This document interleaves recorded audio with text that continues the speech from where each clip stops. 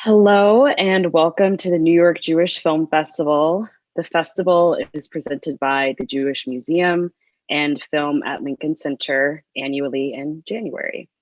I'm Indigo Sparks, a member of the selection committee, and I'm so excited to welcome you to this discussion of Death of Cinema and My Father Too. I'm here with the director and writer, Dani Rosenberg. Welcome, Dani, and thank you so much for being here. Thank you for inviting me. Yes. For this festival and the first festival in the US, so I'm totally excited. Yes. Oh my gosh. We're so grateful to have you here. Death of Cinema, there's passion, right, in all the right places, be it anger, frustration. There's like a high level of self-awareness in all of the parties involved. The content is really moving, all while having a kind of like sly sensibility, being like this film within a film. And so could you start by telling how you decided to create the film, kind of just how it came about in general? Well, the narrative is based on the real life narrative, because what's happened is that after my father told me that he's sick, that he had cancer, lung cancer, and I understand that he got a couple of months to live. So I wrote a script for him. I want him to play this film because he was my hero in my short films, and I want to make a film for him that he will be less time. I will start again. I want to make a film that he could be to play the hero in it, and I wrote the script about a man that get his family to escape the war with Iran, this imaginary war. I wanted my mother to play in it, and my grandmother and all my family, and that's what happened. I wrote it, and my father liked the script, and we shot 2 days, the first scenes. And after 2 days, my father felt, he felt before, but my father told me that he's in pain and he cannot do it anymore. Because I make this production, so I already bought a very expensive, very professional camera. And I tried to use this camera to document him, to document my life, because he didn't want to play, to be in my footage. But I try to do what I can. But after 3 months, he passed away. And simultaneously, in the same week, in the last day of the Shiva, the Israeli fund gave me the money to make the film, to make the script that I wrote for him. So I said, okay, I have a script, I have money. That's kind of rare in Israel.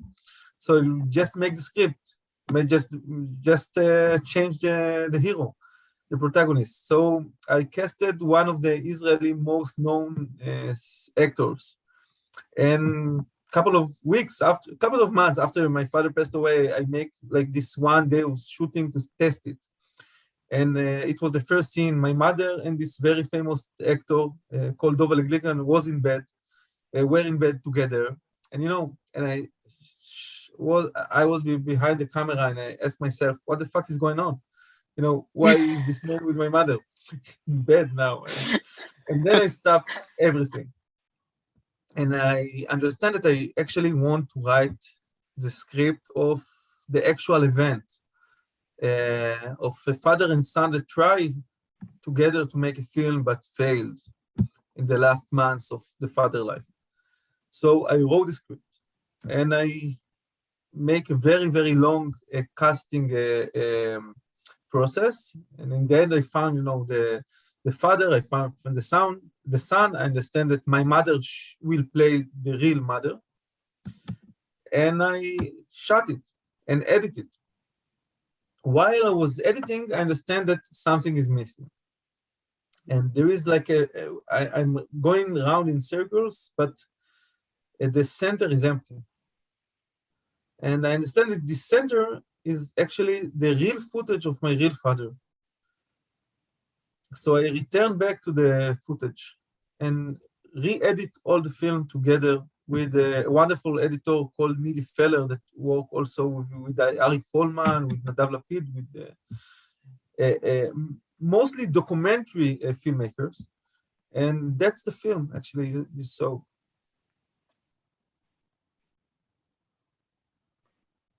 Yes. Well, that ability to kind of pivot, right, as a creative, when you're kind of faced with adversity in the creative process, I think is so crucial. And I think it's shown so beautifully here as the final product of the film, is out. And we can, again, I mentioned kind of like that sensibility. It's like, it shows in a really, in like a really genuine, kind of slippery way where we're kind of being like tossed in and out of what is this real? Is this fake?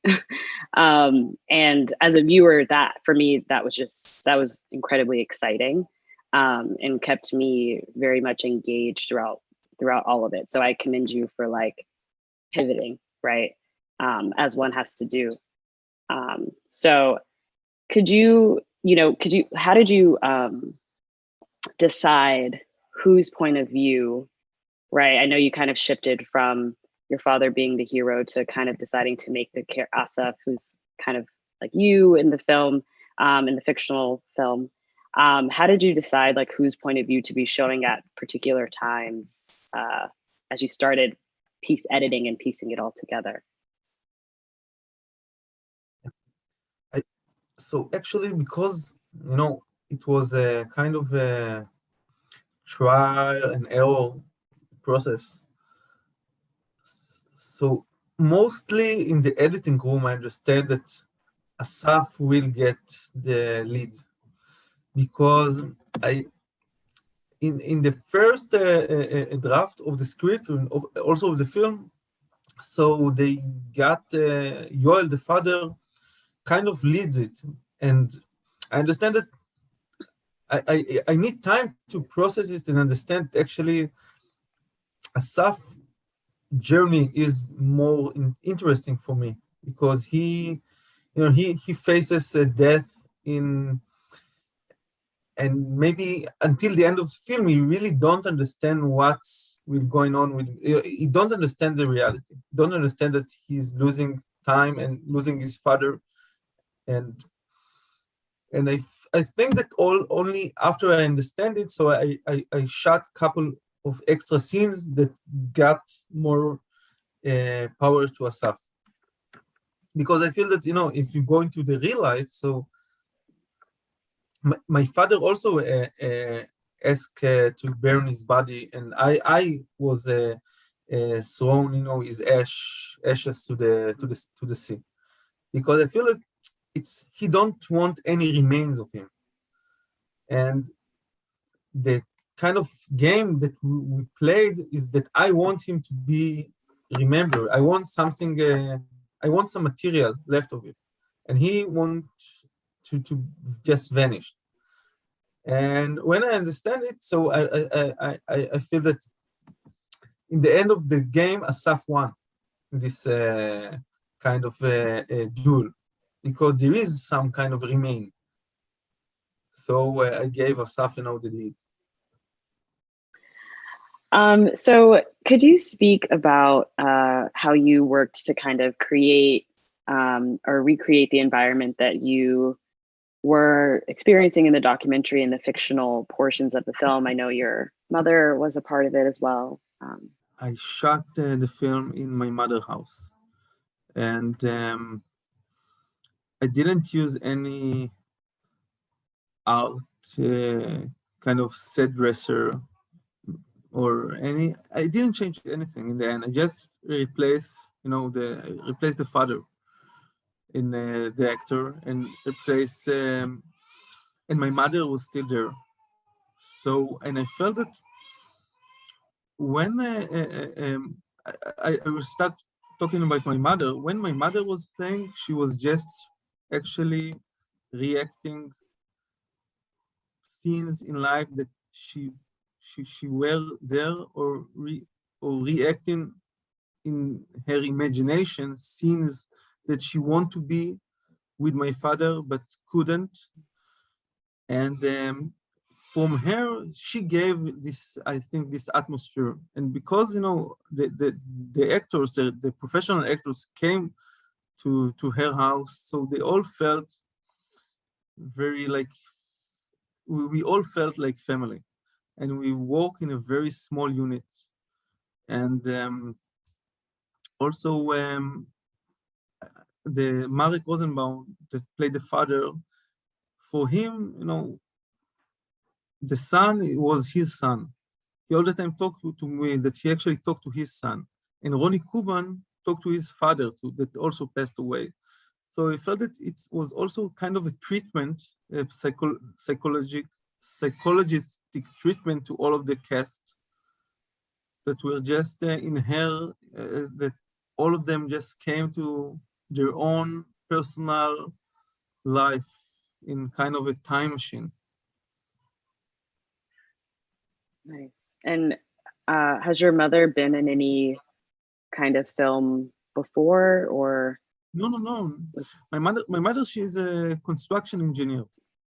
She didn't do any films. She don't until the last the first day before the shooting, the last day before the shooting. She told me, "You are making a big mistake. Please replace me. You know, I'm not an actor. Take a professional one." And when she was acting, she told me, "I don't understand what I'm doing. I'm not. This is not acting. I'm just doing myself." But actually, I feel that, you know, to be in this position, that with no barrier at all, that you could be just open and explore to the camera, it's something that professional actors need a lot of work to do. And she just, for her, it just come natural.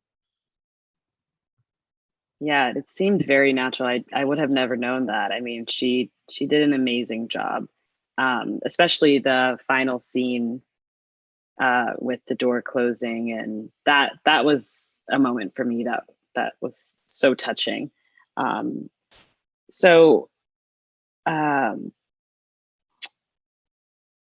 why did it feel important to you to include the doctor's office monologue with the woman who was playing Asaf's wife in the film? That was a really striking moment for me as a viewer. So I'm just curious about the decision to include that. Came from my understanding that, you know, it's kind of a very machoistic story about father and son, but there are also two women there that lost, you know, one woman that tried to understand her lost, but no one see her, and she have to, in a way, hold up this whole family together. And the other woman that, you know, going to have a baby, and also this her husband don't really see her because he's into his like journey, because uh, like we all know that most of the films, it's like the man journey. So I want to like to in 2 or 3 crucial moments in the film, just like cut the narrative, the masculinity narrative for a minute, and open a window to their life. So that was that window. Yeah, that was a moment for me. I felt it was, there's kind of like a rise that's happening throughout the whole film, and you're, as a viewer, you're kind of, like I said, being kind of tossed back and forth, and there's a sense of like feeling overwhelmed, right? That we get that from the footage of your father laying on the couch. And I think, that was the moment when it felt like death is overwhelming, but bringing a child into the world is also overwhelming. You know, these two things, creating life is also overwhelming, right? Like these two things are happening at once. And I think that was a moment where you really feel, I felt for her, for the mother, but I felt for Asif in a way where it was like, there's a lot to navigate here, right? And you kind of have to hold it all up. You know, there's a responsibility there. So how has your approach to storytelling shifted after this film? Or do you feel as though this has been a project that moving forward, you know, as a creator, you're going to approach things maybe a little bit differently or not so much?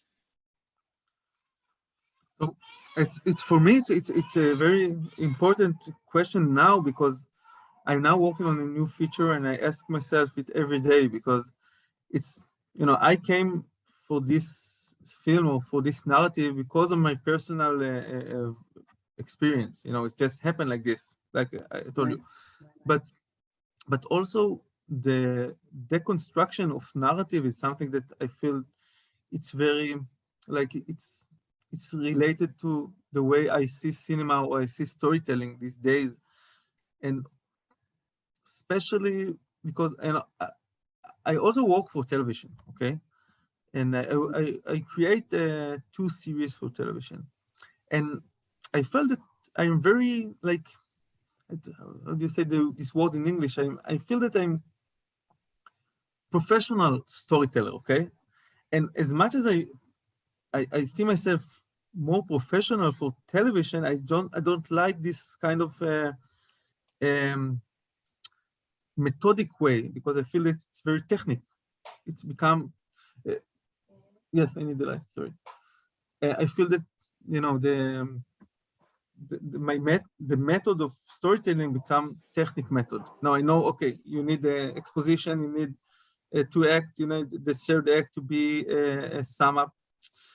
And I feel that cinema, because, you know, should invent actually the I wanted to start all over again because my baby is crying, so I was not I was not there. Okay, sorry.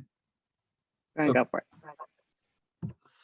So I'm working now on a new film, and I ask myself every day what will be the way to tell the story of the film, because I change throughout the death of cinema and my father too, because what's happened to me, I changed the storyline, but also cinema had changed in the last years. And I feel that classical storytelling sometimes it just make me bored. You know, when I watch, I go to the cinema and I feel that it need to change. And television, because I make also television series, so I feel that I can make the professional kind of classical narrative, but there is so much more to, because life is not a classical narrative. Life is structure of life is a roller coaster. Life is a car accident that you somehow get out of it, and and I don't want the viewers to sit to sit in the chair and feel okay. I have like 90 minutes of pleasure. I feel that cinema can bring you so much more. Yeah, So I asked myself how to do it, but I don't know. But when you use documentary, you probably like know it not because of my film, but because when you use the real life, so it's so much stronger, so much aggressive than the fictional. And then you ask a question about the fictional again, the fictional storytelling again. Yeah. Yeah, I mean, I think it's very refreshing to hear, especially I think because we all have gotten accustomed to a certain kind of blueprint. You know, what works as far as storytelling goes. But to be in conversation with artists who are still interested in not just kind of like remaking the blueprint, but creating a new blueprint, you know, is so nice. It's so nice to hear, because we need that, you know, like we absolutely need it. So I commend you for that for sure. And I guess I'll kind of wrap it up because we talked a little bit about professionally maybe how this has affected you, but personally, what do you feel like you learned from this process of creating this film about yourself as a son and a father?